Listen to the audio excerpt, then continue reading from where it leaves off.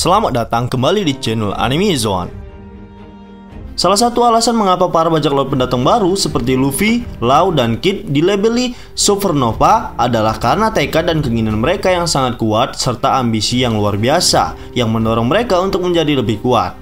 Jika kita hitung, kurang lebih ada 11 dan Kurohige tidak termasuk ke dalam bajak laut yang tergolong dalam kategori supernova. Lebih tepatnya, ia adalah salah satu anggota dari 12 generasi terburuk.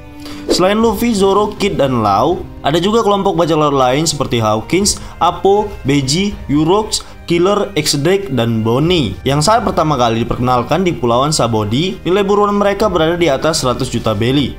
Tapi pertanyaannya adalah, apakah bajak laut lain seperti Scratchman, Appo, dan Basil Hawkins pantas termasuk ke dalam kategori ini? Untuk membuktikannya, mari kita bahas bersama. Namun perlu diingat, ini hanyalah sebuah teori dan spekulasi berdasarkan beberapa fakta dan informasi yang sudah dikumpulkan. Namun seperti biasa, sebelum masuk pembahasan silahkan klik tombol subscribe dan aktifkan notifikasinya agar kalian tidak ketinggalan informasi dan teori menarik seputar dunia One Piece dari channel Anime Zone. Kalau sudah, terima kasih.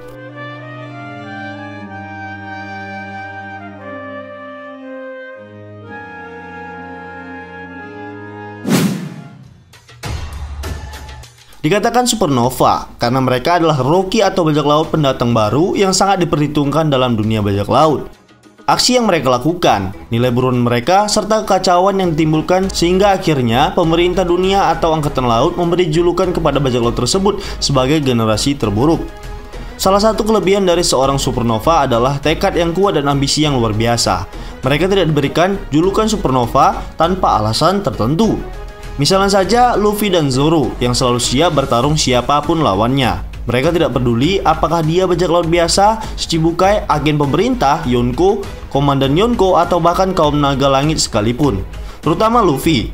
Jika dia menganggap sosok tersebut tidak sesuai dengan nilai-nilai kebaikan atau bersalah, maka Luffy tidak akan segan-segan untuk menghajar orang tersebut sampai selesai.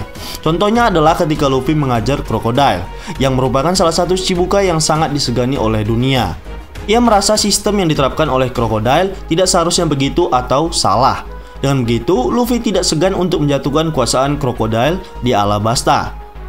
Nah, begitu juga dengan agen pemerintah, CP9 ketika di Enies Lobby. Serta yang lainnya, ketika mengajar Tenryubito, lalu mengajar Doflamingo, dan yang terakhir mengacaukan kekuasaan Big Mom yang merupakan seorang Yonko.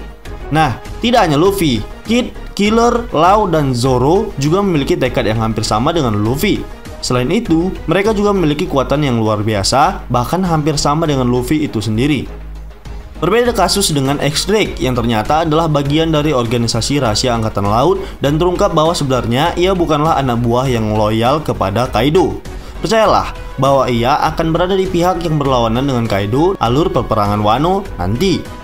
Di sisi lain, ada Capone Geng Beach yang memasukkan kesetiaannya kepada Big Mom, sehingga ia bisa menaikkan namanya dengan membunuh Big Mom. Walaupun kita tahu, rencana tersebut pada akhirnya gagal, setidaknya ia memiliki tekad yang besar untuk bisa meruntuhkan salah satu Yonko tersebut. Lalu, ada Urox yang juga memiliki keberanian luar biasa untuk bertarung melawan salah satu komandan manis bajak laut Big Mom, bahkan sampai mengalahkannya, dan terlihat ia berhasil selamat keluar hidup-hidup dari Toteland, wilayah kekuasaan Big Mom. Sedangkan Bonnie memiliki lawan yang lebih besar lagi, yaitu pemerintah dunia. Walaupun ia menjalankan misinya tersebut secara diam-diam dan terencana. Dari sini kita bisa melihat sebagian besar para supernova memiliki keberanian untuk menghadapi sesuatu yang lebih besar dari mereka. Meskipun mungkin mereka tahu bahwa kekuatan yang dimilikinya tidak akan cukup untuk memenangkan pertempuran tersebut. Kecuali Luffy, dia memang gila dan barbar. Tapi yang pasti adalah determinasi dan tekad yang kuat dari bajak laut tersebut yang selalu tidak ingin kalah dan tidak akan pernah mau menjadi bagian dari musuhnya. Dengan kata lain, menjadi bawahan dari orang yang lebih kuat dari mereka dan menyerahkan nasib mereka kepada orang tersebut. Namun, sebagian lainnya justru melakukan hal sebaliknya dari apa yang kebanyakan supernova lakukan, yaitu dengan tunduk kepada mereka yang berkuasa. Misalnya saja, Scratchman Appo yang menyerah saat mencoba untuk mengalahkan Kaido dan setelah melihat kekuatannya, justru ia malah bergabung dengan kelompok Kaido. Lalu, belakangan terungkap bahwa sebenarnya Appo sudah menjadi mata-mata untuk Kaido sebelum ia beraliansi dengan Hawkins dan Kid. Di sisi lain, Basil Hawkins langsung menyerah di hadapan Kaido. Ia menyerahkan nasibnya kepada prediksi kartu miliknya dan memilih jalan untuk bisa bertahan dunia baru dengan menjadi pengikut seorang Yonko. Berbeda dengan Kid dan Killer yang sempat mati-matian memberikan perlawanan kepada Kaido, meskipun hal yang lakukannya bisa dibilang sia-sia. Namun dari hal tersebut, kita bisa mengetahui bahwa tekad mereka untuk berdiri sendiri dan tidak tunduk kepada seorang yang berkuasa bisa dibilang sangat luar biasa. Lalu pertanyaannya adalah, apakah mereka berdua tidak memiliki tekad yang kuat seperti para supernova lainnya? Nah, dari sini kami merasa ada dua kemungkinan yang bisa menjadi alasan paling logis dari pertanyaan tersebut. Pertama adalah karena mereka berbeda dari para supernova lainnya, di mana perkembangan kekuatan dari Scratchman Apo sangatlah lambat. Apo sengaja mengambil jalan yang mudah yang tidak dilalui oleh para supernova lainnya. Ia sedikit licik dan hanya menunggu waktu yang tepat untuk mulai menyerang. Selain itu, tampaknya Apo memang tidak memiliki tekad dan kekuatan apapun yang sanggup untuk mengalahkan Kaido atau musuh yang lebih kuat darinya. Dan seperti pepatah barat yang mengatakan, jika kita tidak bisa mengalahkan pertempuran tersebut, maka bergabunglah. Nah, bisa jadi Apo menerapkan pepatah tersebut dalam cerita ini. Seperti yang kami katakan tadi, ia tidak memiliki tekad yang cukup kuat untuk bisa setidaknya memberikan perlawanan kepada lawan yang lebih tangguh darinya. Lalu bagaimana dengan Basil Hawkins? Kami merasa Hawkins sepertinya terlalu bergantung kepada apa yang dikatakan oleh prediksi kartunya. Bisa kita bilang Hawkins mungkin cerdas, di mana dia bisa melihat besaran peluang dari seberapa besar peluang dia akan mati atau hidup di tangan Kaido. Mungkin jika kemudian peluang menang bagi tim aliansi di atas 50%, dia akan berpindah ke pihak Luffy atau Law. Hawkins sendiri memang memiliki potensi untuk berkhianat kepada Kaido setelah dikalahkan oleh Law dan dipaksa untuk mengakui sesuatu. Untuk Hawkins sendiri, ia tidak memiliki fisik yang cukup kuat bahkan untuk melawan seorang Sanji ataupun Killer. Hawkins terlihat tidak terlalu percaya diri dengan kekuatan yang dimilikinya, sehingga untuk menantang Kaido, hal itu sangat mustahil baginya. Lalu melihat perkataannya kepada Luffy dan Zoro, di mana jika mereka yang akan bertahan di dunia baru hanya ada dua pilihan, yaitu menantang Yonko atau menjadi bagian darinya.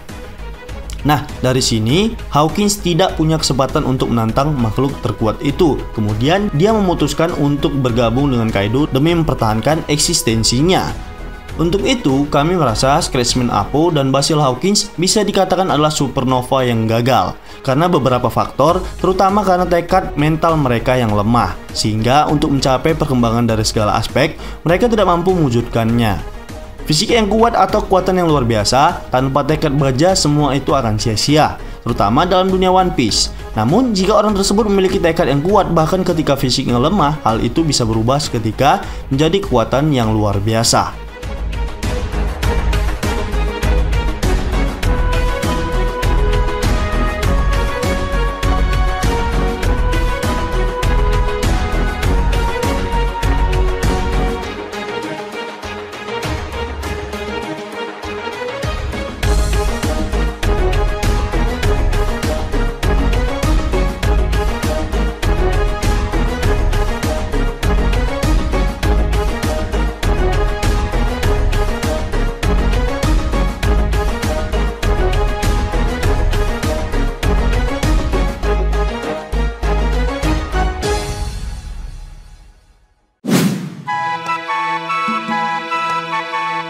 Baiklah, itulah tadi pembahasan tentang apakah Scratchman Apo dan Basil Hawkins adalah supernova yang gagal.